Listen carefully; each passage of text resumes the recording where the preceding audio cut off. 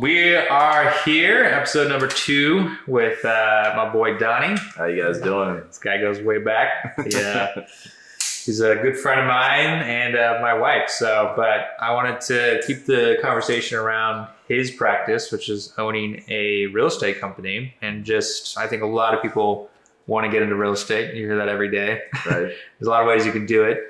In fact, the main topic I've always heard of that I wanted to cover today is that there's 3 big investments you can make in life. Number 1 is you can do real estate. Number 2 is stocks, and number 3 is a business. Right. And I think the real estate one is what most people get confused in because they don't have the money to get into it. But from your experience, I'd love to hear more about that, as well as what brought you into not only sales, but how did you get into realty? Why did you choose realty with such a competitive market? And a lot of people think it's more saturated than it is, stuff like that. So give me some background on that, my boy. Yeah. Well, I started out in real estate when I was 19 years old, and it was back in 2020 when COVID just hit. I was in school, I was in college, and as much as I love school, it wasn't something that I really felt a passion for. And so I started serving and just kind of finding my way through sales. I've always been a personable guy, so I've been able to hold conversations and really understand people, what they like, and it's just been interesting to me. And I had a buddy that had started wholesaling, and that was kind of right when wholesaling started getting a little bit of a fad, and I was seeing on TikTok and Instagram, and I'm looking, I'm like, that seems like something I could do. And, it usually seems easier than what it really is on social media. And then I got this opportunity out of nowhere. So I'm like, bet, let's do it. And so I quit my job serving. And I was also delivering at the time. I quit both my jobs. I went to real estate. And that was a whole nother world to me. When you get into a different part of working, when it's not just you're getting a paycheck, but you really have to earn your money, it's a coming to life moment. You're like, man, this is a lot harder than you're like, I'm not going to eat. Yeah, you're like, oh, with money. I'm skipping meals. I'm going to be homeless, So, thank the Lord that I had some money saved up. It took me about 3 months of just constant work and learning the business and talking to clients to really start the process and get my first deal. Then after that, it was just start flowing. Now back in 2020, 2021, the market was crazy. Everything you touched turned to gold. So I started off in an easier market to where even though I didn't really know what I was doing at the beginning, I could still get a good flow of deals flowing, and it made it a lot easier, right? Yeah. Fast forward about 3.5 years, I get tired of just being a wholesaler and lowballing people and kind of getting called every name in the book. And so I decide to get my license, get my real estate license, and become an agent so I can do both.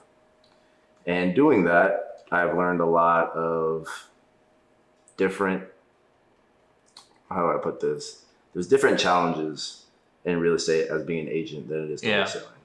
And you'd think that they all kind of fall on the same line, but they are very different.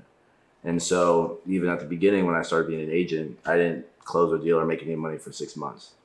But then once I closed that deal, just like with wholesaling, it started flowing. Yeah. You could feel what it felt like to finally make it happen. Yeah. Yeah. That's very true for most salespeople or even operations or marketing people. It's like when you get that first win underneath your belt, what the process is to get there. So, and you say wholesaling, I don't think most people know what wholesaling is. Can you describe that a bit? Yeah, wholesaling is everything off market. So now I'm an agent, so I'll put it on the MLS, you'll see it on Zillow, you see it active, see a bunch of videos of different agents and what have you, they'll post it. Wholesaling is completely off the grid. And so it's people that usually have houses that are hoarder houses, or there needs to be a lot of work, upwards of $20,000 to $100,000 that need to be done. And the seller doesn't have the money to fix it up enough to look good enough to be on the market. And so what I do as a wholesaler is I have usually a group of investors that I talk with that are right in my back pocket, and I have an idea of what they would pay for a house. And so I talk to the sellers in person. I let them know, hey, on the market, your house would be worth $400,000 for an example, but your house needs 50 grand in work for it to be able to get to that point. You clear everything out, get all the dog hair out, all this, that, and the third. And usually they don't have the time or the money to do that. And so I say, hey, on the market, it'd be worth 400. It would take 50,000, but since you don't have the time or the money to do that, I can offer you 300,000 right now. save you all that headache and the time it's going to take to get there, and you'll have 300,000 in your pocket, and you can move on and do what you want. Gotcha. So it's like buying people out of their house, essentially. Yeah. Hence wholesaling. Exactly. Okay, that makes sense. That's not something you just get into like casually, right? No, I mean you think you do, and then you realize you find yourself in a house with two very real people that need your money or need to sell their house for whatever reason it is, and they have a lot of their hope in you. And so me at 19 being in houses, it was a realization, understanding like how much weight this actually is for other people, and I can't just be a fly-by-night guy and pray and hope things work out, but I actually got to know what I'm doing and what the prices look like, so I'm not wasting people's time. That makes sense. And then like, so did you do this like on your own, or did you have like an investor that was up front with all the capital? Because as 19 years old, I can't imagine you had 300 grand just rolling around in your piggy bank. So right. How did you do that? Yeah, I was blessed enough to be part of a team, and there's an investor that was backing the payments, or he had a group of people, a list of people that he already would use too. And so we would know roughly what that would look like to what they would pay for it already, right? And so we go in, get the contract, get it under contract, and then we would shop it around to either his group, but if he liked it already, he just paid for it and we'd be good to go. Gotcha. And did you meet this guy through happenstance, or did you like network your way to get into his back pocket? So my initial guy I met through just the job opportunity. And then later, when I then left the team and started wholesaling on my own, before I got my license, I met a couple of investors that I met through the company that then became my personal investors that I still use to this day. Oh, dang. Okay. So networking was a big part of that. So we're actually creating a course that's essentially how to create six figures. And I think that right there in itself is something that's so easily overlooked, is just networking in general. Most people think that like when you network, like there's a limited finite amount of people that you are supposed to network with to start. And then also they just like have the wrong idea what networking is. Right. So like in the world of real estate, what would you say is like if you had to rate it across all the other things that you could do to get into it, like how high would you rank networking in general? I say 8 to 10. Really? It's not about what you know, it's who you know in this business. Yeah. So referrals, understanding, not even just in Arizona, but if you can network with other agents in different states. Yeah. And they, Colorado, California, really close to Arizona where we're at. And so I'm networking with other agents in those places, and they got people moving here by the day that want a house in Arizona and vice versa. So it's like, I scratch my back, you scratch yours, or you scratch my back, I scratch yours. in that place, we can help each other out. Okay, gotcha. So it's not even just like the networking to get into it, but also like to get referrals and stuff like that, is what you're saying? Mm-hmm. Yeah. All right. Dang. That's a much different world than I was assuming most real estate is. So, because I feel like most people that watch like podcasts, videos, shorts, whatever, like it's always the Airbnbs, like it's always the quick cash, like, oh, turn your house into an Airbnb and you'll get rich. It's kind of like the whole trend nowadays with like TikTok and everything like that. So I feel like most people have the wrong impression of what the world of real estate is. Something that's been in it as long as you have for the last like almost half a decade now, or if not more. Like if you could simplify the world of real estate in the easiest terminology possible, how would you split it up? That's our question. Because there's a lot of different avenues in real estate. Well, then let's just break it down. Let's make it simple. Let's just put it into 3 categories, and then you can get into the details of which each category is, but like the simplest format of it, to where if somebody's like thinking, I want to get into real estate and I don't know where to buy my first house, or I don't know whatever, I just need to start with what the hell is real estate? Like, how do I even distinguish what the differences are? And you just put it to 3 buckets. What would you put those into? I would do short-term rentals, which is your Airbnbs, your Viscos, I believe that's the other platform. I would do long-term rentals, which are, anything. If it's going to be, you have a regular single family and you're renting that out per month. If you have a bunch of apartments or apartment complexes, things of that nature. And the last would be actually buying and selling real estate and assisting others in doing so. And so just making that check off of each deal you do. And we all have our own dynamics in getting into them. I would say if you're going to start out, I would start out buying and selling it and helping others do so, because you get an idea of the process of what goes through in real estate, what to look for, what are the big ticket items you should be aware of for you and your clients. And you can take that knowledge and put that into, all right, if I'm going to buy a long-term rental, where should it be? I've helped this many clients out in Gilbert, for an example. So I know these pockets in Gilbert are very sought after. So I can have a rental here and I know I'll get the most out of my house and get the most money. And same with Airbnb. A lot of people struggle and they see the big flashy object of Airbnb. You can make $4,000 a night if you go in this area. But realistically, there's a few houses in the whole entire state that you can actually do that with. So when you're buying a regular house in a normal suburban area to Airbnb it out, that's going to get rented out a couple of weeks out of the year, and you're not going to make any profit compared to the mortgage and utilities that you have on it. And so you just got to really be aware of where you are buying. Gotcha. Yeah, that makes sense. So out of those three categories then, so just to sum it up, is you have your short rental, you have your multi-complex, like multifamily. It's not multifamily, right? Multifamily. Okay. And then you have your just regular realtor work, like buying and selling, right? Those are the three categories? Yeah. Which one of those three is the most profitable for the average person? Because I think most of the people who are going to watch this are not going to be your high level realtors. If they are watching this and this is where they're getting their content from, they should probably readjust where they get their information from. But like for the common dude, the guy that's working 9 to 5 and he's maybe, somewhere in his career and he's thinking about like, I got to do something. I got to make some extra money, whatever the case. And if he were to reach out to you personally and be like, Donnie, I need some help. Like, let's create a symbiotic relationship. Like which path would you lead him down with those three options? Yeah. If you already got a career going and you want to become or put yourself in a good position through real estate, I would suggest the long-term rentals. Because that way you can use what you've already built. You don't have to get a whole new career. You don't have to quit your job and become an agent. Yeah. And that way you can start getting some passive income and understanding, what that would look like, and also providing real wealth for you in your future and your family. So you don't have to work to make money, but your money works for you. Gotcha. And that falls into the first category, right? The short-term / long-term rentals? Yeah, 1 and 2, short and long. Okay. I would suggest long because short-term, I do long first and figure that out before you get into short, because short there's a lot more turnaround and you got to be a lot more hands-on and it can get confusing. That makes sense. And like, is that something you benefit from directly if you help somebody out in that regard, or does that not really benefit you? Yeah. I've helped many people get into houses for what we call a cap rate.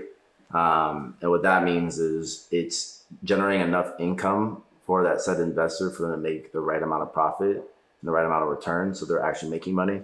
Yeah. A lot of people where they mess up if they don't really know what they're doing is that they'll buy, let's say for an example, a $500,000 house and you get a mortgage on it. You put 20% down, right? And your mortgage rate, just for the sake of time, you're paying $4,000 a month for your mortgage.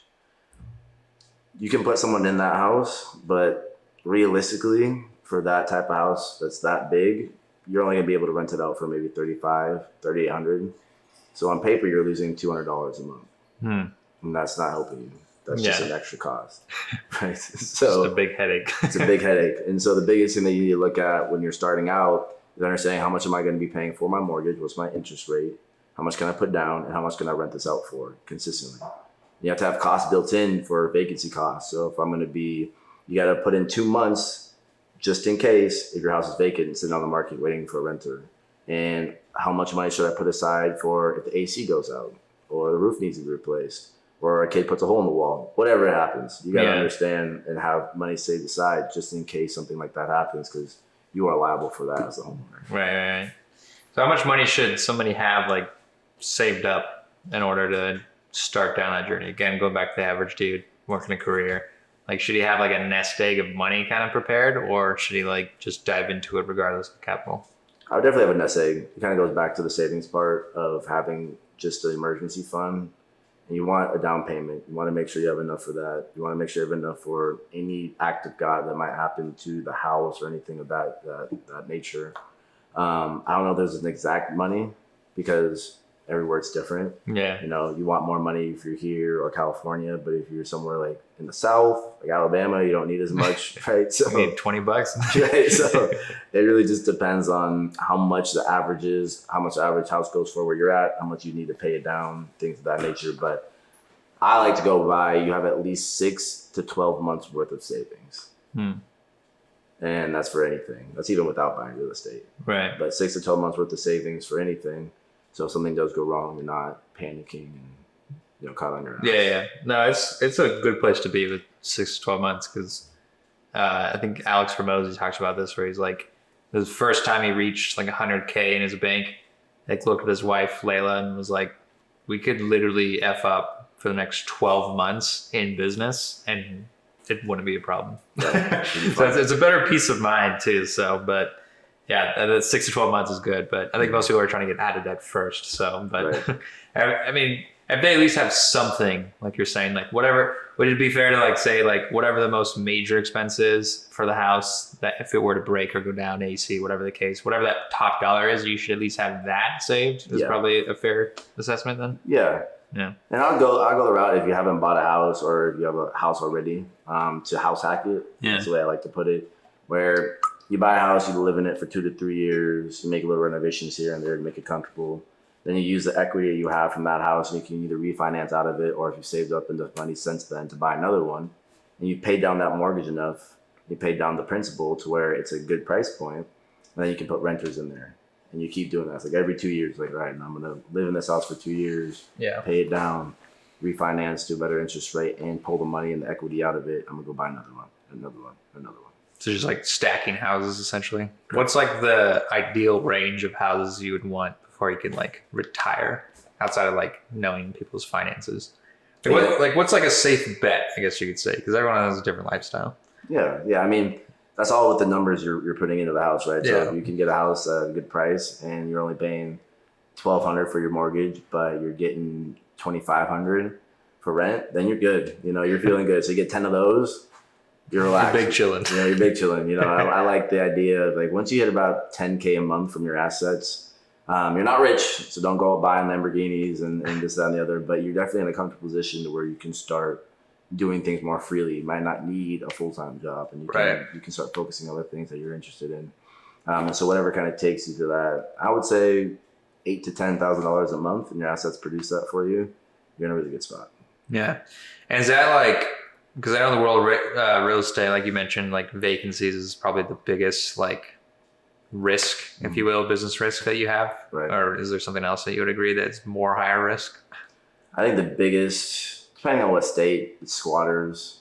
Or which would go hand in hand with vacancy, right? Right. Because that's legit like direct impact to revenue. Because like that's a month where $0 negative dollars come in because you have a mortgage, right?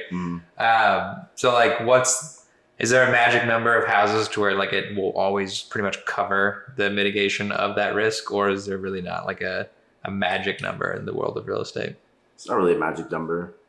Really depends on what you see in the trends of the houses you have. So if you're buying in a nicer area and the houses stand up more and there aren't people going around breaking in or what have you, you're not going to really run into that many problems, because when it comes to like roof, AC, water heater, you have an idea of when those are going to go out, right? Yeah. So it's like to plan for that. And the vacancy, for me being in Arizona, it's a little bit easier because there's so many people moving here. Yeah. And it's such a high ratio of people. Vacancies don't come around as often as it would be somewhere more out in the boonies, right? Gotcha. Going back to the course that we have put together, whatnot, I love asking people that are high level earners, which subtle flex you are. Like, what is some advice you can give to somebody? I think everybody is going to go down one of those three routes I mentioned. They need to invest in one of those three things, which is stocks, real estate, or a business. And they all need to make good money to successfully do any of those three things. And making 6 figures is probably the quickest and fastest way to not only live that comfortable life, get that 6 or 12 months of living expenses, along with just having a better all around like good lifestyle, Right. And for someone that's been there, like what was some of the things that you did to create the habits, the value for somebody to say, you know what, Donnie, whether it's the market or an employer that said, you know what, Donnie, like you are so worth this amount of money because of the value you bring to the table. Like, what did you do to create that said value? So a company or the market said, we'll pay you that. Yeah. What's crazy enough is the bar is honestly so low nowadays.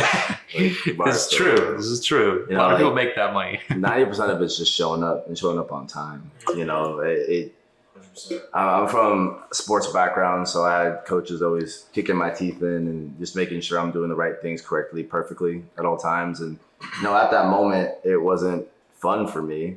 And I was always kind of like, why are you so on me for these small things? But the older I get, the more I realize that really helped me through life, and just wanting to learn and wanting to always be willing to pick something up and be willing to suck at something. You know, you got a lot of ego plays a factor into what you do. And, you know, like those first 3 months when I was wholesaling and not making money, then even the first 6 months of me then being an agent and not making money, that hurt my ego more than anything. You know, I had savings and I had things, so it wasn't necessarily the money itself. But going to my friends or someone asked me, hey, how much money you made? You're in real estate. You must be swimming. And I'm like, I haven't sold the deal yet. I plan to revenue this year. I'm hoping to get, you know. But a lot of times it's not the reality of it, at least in that same situation. And so showing up and being willing to fall on your face multiple times. Like the amount of no's I've gotten in the past 5 years has been astronomical, like thousands of no's. And I've had maybe a couple hundred yeses. Those couple hundred yeses have made me an enormous amount of profit, and I do what I do correctly and right so people want to use me again. And I build that foundation. I'm not someone that's going to screw someone over. I'll be willing to cut my check or whatever that looks like and give people money just so they have that comfortability and they feel like I'm taking care of them. And that's come back to me tenfold, whether they refer me to their parents or a friend or what have you. And so that 10 grand I gave up essentially really turned into 40 because I was able to help out 4 other people. And it might not come right away. It might be over the next 4 to 10 years or even longer, but I take that all day. Dang. Yeah. I like how you brought that up because the sacrifice that we make with the short-term gain usually is a much greater reward at the end of it, you know? Yeah, I think a big thing for me, because when I was first starting out and I was younger, I took a lot of things to heart. So, you know, those no's really hurt because I felt like it was almost like a personal attack. Like, damn, they really don't want to talk to me. Like, what did I do? But in reality, the older you get, the more you realize not everyone needs your service, right? And I'm cold calling, so I can't expect everyone I'm talking to need or want my service. But the biggest thing that really helped me shift my mindset is when my manager at the time, his name's David Real, amazing dude. Like he helped me grow to be who I am today. But he let me know and switch my mindset then not really be so personalized with it, but treat it as a numbers game. And it's hard to balance that because you don't want to treat people like numbers. You want to have a personal relationship with them. But when I think about, all right, I need 60 contacts today. So I need to talk to at least 60 people today and talk to them for more than a minute and talk to them about what I can do for them. And hopefully I can help them out in any way, shape, or form. I'm looking to help these people. And so when I'm on the phone, if I get a no or a screw you or a few, I'm like, all right, I'm one more no closer to a yes. And then you start doing enough to where it's like, you realize it really is a numbers game and you get better at being on the phone. So you get more yeses throughout the day and you kind of create it into a game. There'll be somewhere I'm sitting in the office and I can turn one phone call of someone telling me to fuck off to, oh, actually, yeah, come on over. Like, you free tomorrow. You know what I mean? So when I first started, I was like, oh, he told me to screw off. Like, what am I supposed to do? Like, I'm all nervous. My heart's pounding. And like a year into it, I'm like, I understand why you're angry. I get it. You probably get a million calls, don't you? Yeah, I get them all the time. Like, okay, well, tell you what, if I was in your shoes, I'd probably hate me too. I get it. But the reason I'm calling is because, you know, your area is very profitable right now. It seems like the prices are going up. And I just didn't know if you ever had an idea or if you ever want to know what your house is worth. Yeah. And like the tone changes. And then they're like, actually, I wouldn't mind. I'm sorry for yelling. Once you get that apology on the phone, you know you're in there. Because now they're completely... It's a done deal, baby. Yeah, they're completely flipped over. So then you meet them in person and they're all, you know, accommodating for you. But it's like not taking everything at face value, because you've been in the position before too, when someone is calling you or trying to talk to you and you really don't want to talk to them, or you feel like it's a scam, especially with everything that's going on nowadays. You're gonna be like, hey, just get off my phone. Stop trying to talk to me. But someone like, hey, I get it. I understand. This is why I'm calling. Are you interested? Then they calm down. It's either a yes or a no from that point, and you can follow up based on that. Yeah. That's so funny you brought that up, because another one of our courses, we literally talk about normalizing the humanness when you're selling. Exactly what you're talking about. Like, because if you cold call somebody and they're like, why are you calling? Like, just hang up. You'd be like, hey, look, I get it. Probably get a lot of these calls a day. When you humanize that and you like level set with them, like people are so receptive to that, because they're like, oh, he's not just going to go off his monologue and like continue to try to sell me when I told him to like clearly to like, I'm not interested, you know? Right. So it's that the ability to train yourself to go through the numbers without treating people like numbers. So that's the real skill right there. It's hard. So, but it kind of sums up everything that we're talking about, because, you know, part of that course is how to make six figures in marketing, how to make six figure in operations, how to make six figures in sales, which are three of the kind of like the pinnacle, like jobs that you could get that you could make six figures. It just so happens that every business owner wears all three of those hats, right? You know, so you have to be really good at all three of those. So, but I guess we've talked a lot about the operations, a lot about the sales. Like, tell me about marketing. Like, what do you do for? It's not Smith Realty, is it? No, I messed that up. I'm just going off the last name. Maybe one day. But the brokerage I'm under right now is Realty One. But when it comes to marketing, there's a lot to it. For me personally, not I'm an agent. It comes right when I get something signed for the seller. So I get a listing. I will have a lot of marketing avenues, whether I put it on Facebook, Instagram, TikTok, YouTube. I have aerial shots, pictures, things of all that nature. And I want to make sure that, especially nowadays, everyone's on their phone, right? Yep. Everyone's scrolling, death scrolling, especially late at night. So you want to get into an algorithm, which takes consistency. Yep. You know, you can pay for ads, and I do. That gets you out there, but you want to be consistent in what you do to actually start attaining. Because I think about it, Instagram wants you on their app. Because if you're doing really good on their app, you're going to be on it, and everyone watching you is going to be on it. And so I've tried to spend the last 6 months really understanding what I need to do to get into their algorithm correctly. Right. Because I'm always posting a bunch of different things, and I don't really stay consistent to real estate. The algorithm has no idea what my profile is, so it has no idea where to actually push me to. Yeah. And so you got to be very consistent with that. Right. But there's a lot of different ways. I think that's one of the positives of Let Lois, is because it has that marketing there, you know, and it's something that can take a weight off my shoulders, because when you become a business owner, like you just mentioned, and you're wearing all these hats, it's very easy to burn out and kind of lose track of where you're at. Yeah. And so one of the most important things you got to do is delegate. And as hard as that is, because you don't want to spend or give up more money, you don't want to, you know, you want to keep everything to yourself. Realistically, you're making more money letting someone else handle that, while you keep doing the money making thing that really makes you that bread, right? So it's like, I want to focus on talking to people, getting in their homes, and selling them on what I can do and get them the best price for their house. I don't want to worry about posting all my videos on Instagram and TikTok and learning what shade and what filter to put on. I don't want to do that anymore. You know, I spent hours trying to understand it. I'm glad I understand it, but I don't want to do that every day, because it goes like this. There's a flow, you know? And when you have a business and you have to do every single hat, you go from really busy and you get a lot of clients because you're prospecting, and now you're taking care of all of them and you're doing everything on the back end, you're making sure everything closes, and then you finally stop and you feel like you can take a breath, and now you have no leads. And it's a constant hamster wheel. And now I'm back to calling again, getting cussed out. And as much, I know I've been in it for a long time, but I still hate it. I'm gonna be honest with you, I still hate it. Like, it's still not fun. And so I'd much rather be able to have someone take care of it, look at all my marketing, start hiring people out to call for me, and then we can just start doing this. And instead of just going up and down, and I'm a one-man show, I'm paying a little bit more, but we're just going at a constant incline. And that makes it so we're all winning. You're making more money and you're growing, and you don't got to focus on the things you're not good at or you don't want to anymore. My guy, that was a really good shameless plug there. So not gonna lie, that was pretty good. But Dude, you talked about something that we preach until our faces turn blue, which is leveraging the most powerful platform in the world right now, which is where everybody is.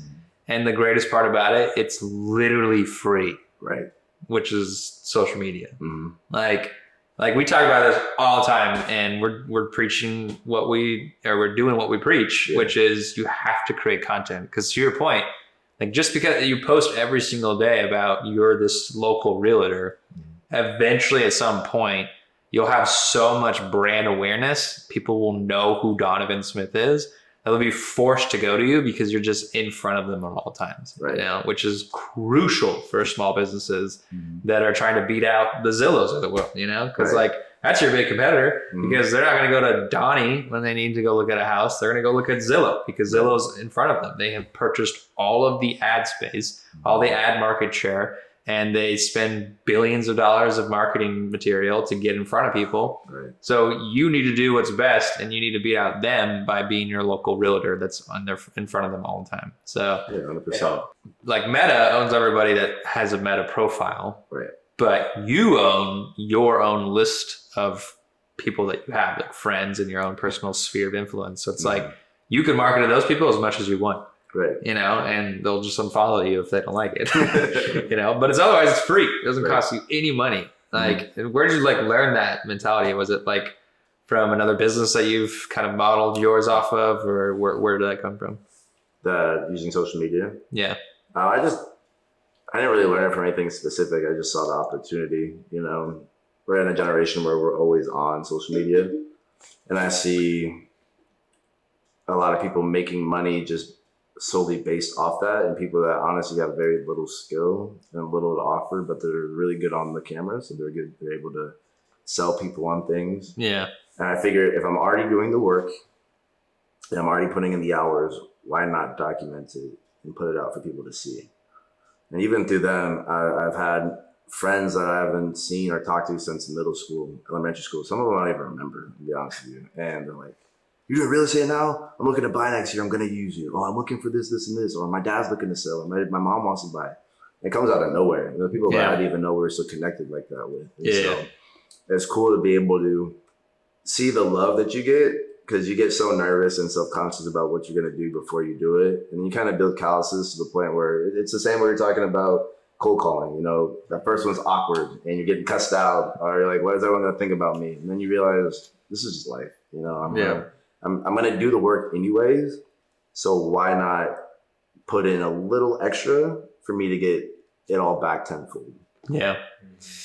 Yeah, dude. It's the small little wins that add up to the big wins, right? So, and then even going back to what you were talking about with the saying no to the 10K lift now will probably come to fruition 40K later. Right. It's that exact mentality of like you put people first and you have them at the forefront of your mind and you treat them with respect and you take care of them. They will remember that, you know? And that's how you beat out the blue chip corporations. Right. Because, like, I heard this about Chewy, where if your dog dies and you have Chewy as like your ongoing like pet food, they will literally send you a poster, like a framed photo of your dog, because they have to, like, you send it like a photo or whatever it was, and they will like be like, we're so apologetic of the fact that you lost your loved one, blah blah blah, like this and that. They do that because they know you're gonna get another dog. And if they treat you with respect and they're like, oh my gosh, I can't believe your dog passed, because you're obviously canceling the dog subscription because your dog passed, then you're most likely going to get another dog. And if you get another dog, where are you going to get the dog food? And however much time in between the time that you lost your first dog and you get it, if you have that much time in between and you forget about what Chewy was, that's the time when you're in their mind to go back to you and start buying from you again. Just put people first, man. Yeah, exactly. So start sending people birthday cards for their first home they live on. There's a lot that goes into that. Their first home that burns down. Yeah. I'm so sorry for your loss. Here's my card. There's a picture of me in the back. It's the acts of God weren't in my paperwork, so But there's one down the street you'd love, right? I already scooped out the neighborhood beforehand. I can't tell you. Oh man! All right. Well, last couple questions here. What's that 5 to 10 year plan look like? So expansion of the company, hire more people. Like, what are you going to do with that? And then we'll have one more question after that. Cool. 5 to 10 year. It's kind of funny you asked that question because even since I graduated high school, I've had like my 5, 10, 15, 20, 30 year plan written out. And it's changed probably every year. And so it's like, but the older I get, the more refined it gets. Yeah. It seems like, oh, my life's going this way. So let me, when I was in high school, I thought I was going to own a dispensary. It's going to be called Don's Dispo. I had it all in there. I was a big tree guy back in the day, and that's not in the plans anymore. But I want to go from being an agent to eventually getting into sober living, and then transition that into buying and selling businesses, and then ultimately getting the private equity and just investing. And the cool part about that is real estate connects to basically all of that. I mean, private equity, you can kind of get into anything, but real estate has helped me understand and be able to be coached by people that do all of those at a high level and be able to actually see the process behind it. And the crazy part is how you build a real estate business and how you build those businesses are all very similar. Like the KPIs are scarily similar, but it's just, it's a little bit different. It's a little tweak. But once you have the base and the foundation down, you can build that out fairly simply. Not easily, but it's very simple to build that out. And so I want to go from just being an agent. I've thought about having my own brokerage and things like that and getting agents under me, but I've seen both sides of that. And it's a constant grind and there's not a lot that can pay out. And so I want to go from here to doing sober living because I'm then helping other people. And I can utilize me knowing areas and knowing what can best fit certain clients for that. And then take that, go on to businesses, and then take that into private equity. Okay, nice. What are some of the building blocks you need for that to fall into place? For sober living or just in general? Also, when you say sober, are you saying sober living? Sober living. So like people that get government grants. Okay. That are currently trying to stop whatever they're doing, whether it's alcoholism or they're on drugs and they've been off it. So the government gives out grants to people that have already been in the process. So it's not like they just that day decided to be sober, but they've obviously been working towards it. And they need a home, a safe place for people to go that are like-minded, so they're not, back home and around the same things. Relapsing. So correct. And so gotcha. If you are able to find homes in the right areas, and there's a lot of stipulations and things you have to meet to get to that. But once you do, you get those people from prisons or what have you, and the state will sponsor that, and then you can help those people out. Dude, that's sick. I've never even heard of that. So I doubt a lot of people have heard of that, but that's really cool. So, but yeah, what are like the things that need to fall into place, like, that you have to put together the A team to make all that happen? Like what's a part of that stack for you? Yeah, for me, it's to stay consistent in building my brand in real estate now. So I have a consistent form of income, no matter where it's coming from. Because when you start businesses, you got to expect it's going to be a little bit slower when you first start, right? It costs a lot of money. You got to find the right houses in the right places that actually can meet all the requirements for sober living. And then you have to go to fundraisers. You have to get in the community for the clinics that do have the patients to know who you are and send them to you for your housing. So you have to get the house. You have to make sure it meets all the requirements for the state, get the license for it, for that house.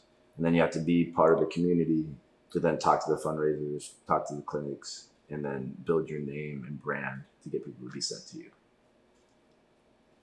Website a part of that? The website would be a part of that, especially following up. It's back to what we were talking about Lois last time. It's like you want to do the work. Like I like being personable and talking to people and building relationships, but I hate following up, to be honest with you. Like we have our first initial conversation for an hour and I'm going to go talk to someone else and probably forget you a little bit until we circle back around. Right. Yeah. So I'll have the lead. I'll have an understanding of where they're at. But when you talk to a lot of people, especially per day, it's hard to have everyone's face and story memorized. So going back to not doing everything yourself, right? you have a database or a CRM, which I know that Lois does provide, so you can keep track of who you've been talking to. Yeah. Because follow up is everything. Even in real estate, 90, maybe 85% of agents don't follow up with their leads. They're just recycling. Like, all right, you're not ready to sell now or buy now. Screw you. I'm going to the next one. That's crazy. So imagine if you did. Yeah. Yeah. We wouldn't be having this conversation. You'd be in Dubai. For real. So just holding on to that, but having a good CRM like that really makes it easy or easier to keep that consistent. And then you can start building out your business of having maybe other people follow up for you, or now that AI is going crazy everywhere, Yeah. you're going to have that follow up to a certain extent. Because, there's going to be a point in time where people still want you. Yeah, it has to be human. They want to talk to you. But for little things, just like how you doing, or how's the kids, whatever it is, whatever notes you took down, you have something that can hold that in for you. And you don't have to try to log in like, I talked to her. What was it? No, you need something that can really help you out with that. Yeah, that's cool. All right, last question here is, if somebody were to pick up the phone and dial 1-800-DONNIE and they said, hey, Donnie, I want to get into real estate and I need your help, what would you say to help them? I'd say, come see what I do. Come watch me for a day. First thing I would ask them is what their experience is, what this looks like. Are you a people person? Are you more of like analytical person? You like numbers? I just have to figure out what makes them tick and what they're comfortable with before anything else. Yeah. That way you can kind of place them, because real estate's really cool because there's a bunch of different avenues. You can go to mortgages, lending, you can be an agent, you can do wholesale, you can do fix and flips. You can do a million things that are in real estate. Yeah. So it's really just finding what would best fit your personality. And once you get there, then it's just going over the KPIs. So it's like back to what your question was. It's, how do you decipher yourself from taking the no's and the rejections? And how do you get that personally or off you personally and just make it more into a business? That'd be the biggest thing I'd want to bleed into them and be like, hey, look, this is going to be hard. Like, I'm not going to sugarcoat it. This is going to be hard. And you're going to feel like shit for the first couple months. Like, as much as you understand it, you're still going to feel it. And I even still feel it to this day. But I just want you to realize the goals and your why. I know people talk about it all the time. I think that's the most important reason. It's like when you're doing anything in life, anything that's worth it's going to be hard. You got to know why you're doing it. Because if you don't have a why, then you're just kind of like, this hurts and this sucks. Why am I doing it? Yeah. I'm going to stop. Right? But that why is more powerful enough. It doesn't matter how much pain you're in. You're like, I'm going to get through this because I know why I'm doing it. Yeah. Cool. To follow up on that, on a flip side, if you were to buy from you, so like if you were a client and you called up Smith Realty and you said, hey, Donnie, I want to buy a house. Like what customer experience would you wish that you would receive that you probably obviously are giving, but like that is the best customer experience you could ever offer? I would hope to get someone that cares about me in my situation above anything else. And that's what you would get. There's a lot of people nowadays that genuinely thinks about people as a number. And, like we talked about earlier, it's hard to balance between the two, especially when you start going. But I've seen very wealthy people walk all over other people just because they really don't care. Yeah. And when you meet with someone and they're just harping on you about price or what they need to get paid out or what they're worth, and they don't ask you any real questions about why you're selling or what is it you're trying, what are your goals, what are your dreams? Like, I'm actually genuinely trying to get to know you and understand why you're doing that. Like, oh, you want to sell? Cool. Well, this will make us the most money. This is why. There's a time and place for that. Yeah. But you want to make sure that you understand who they are as a person before all else. So if you're not ready to speak with a realtor, or you don't feel as if you are, the first thing I would do is check with a lender and speak to a lender. Now, speaking with a lender can be daunting. In my experience so far in real estate, when I talk to clients and I bring up the word lender, it's almost like a forbidden taboo thing to say because they think like their credit's going to go down all of a sudden and they're going to super personal, all their finances are going to be exposed. And the biggest thing is you want to understand where you're at right now. And so if you think you're not ready, talk to a lender, understand your credit score, understand how much money you have saved, understand how comfortable you are paying monthly if you were to get a mortgage, just figure out what those numbers look like for you and you have a significant other. And that way you can really put together a game plan that if you're not there yet, where should you be and how do you get there? There's a lot of credit repair programs out there that can really help you understand where you are and walk you through on a week by week basis, right? Pay this off, try to get this paid off. So by this time next year, you have a credit score that can afford the house you're actually looking for.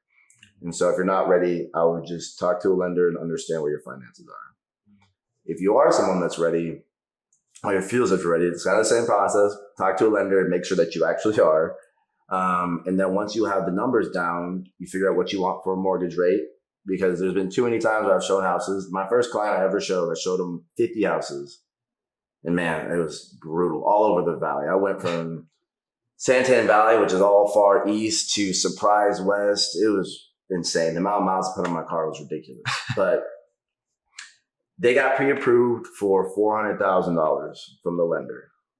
Now, they didn't talk about how much that would cost them per month. So we found a house that they loved. Like, Donnie, we love this house. It's a 10 out of 10. Let's put an offer in. I'm like, great. Are you okay with the mortgage rate being $3,800 a month? Oh, no. So we've been looking at houses for $400, $450, whatever it was. And realistically, I mean, you could technically afford or approve for $450, but you need a $375,000 house to get to the mortgage rate you want. And so, just Uber home. Yeah. And you can imagine after you get done looking at $450,000 houses that look good, and now you're looking at $375,000, not a single house is ever going to come up to the point of the $450,000. Right. Comparing every house we're looking at now to $450,000.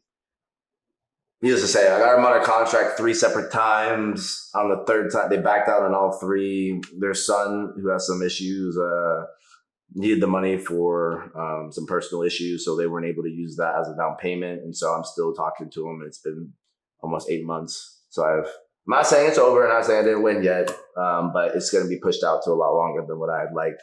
But that was a huge learning experience for me to understand the process of things. So I'm thinking, you're talking to a lender, you should know, yeah, you're pre-approved for 400, 450. And I'm assuming you guys went over like the mortgages and, what you're comfortable with. But when I asked them, they looked at me like I was selling them crack. I was like, dude, you're not, okay. Let's take a couple steps back. Yeah. Well, actually, I read a quote the other day. It was really good. It said that in sales, sometimes you'll win the deals that you don't deserve, and you'll lose the deals that you do deserve. Yes. That hit hard. It's real though. You'll work your ass off for a deal for like a greater part of a year, and it just blows up. And some random person named Kathy's like, "Oh, I want to buy." You don't know who she is. You're all of a sudden you're closed in 2 weeks. Yeah.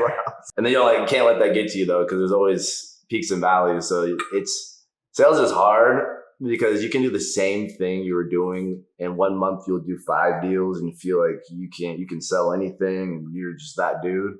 And then another month later, you can't sell anything to anybody, and no one's buying from you. You feel like you're the worst one. So it's like keeping your mental at a steady is probably the hardest thing. Yeah. And not spending all your money all at once. I think the Lord didn't make that mistake because I've seen it before. But you get that 1 month, you make 50 grand. You're like, wow, I'm doing this every month now. And then you spend the 50 grand, you don't make it for the next 2 months. You're like, okay, now I'm broke.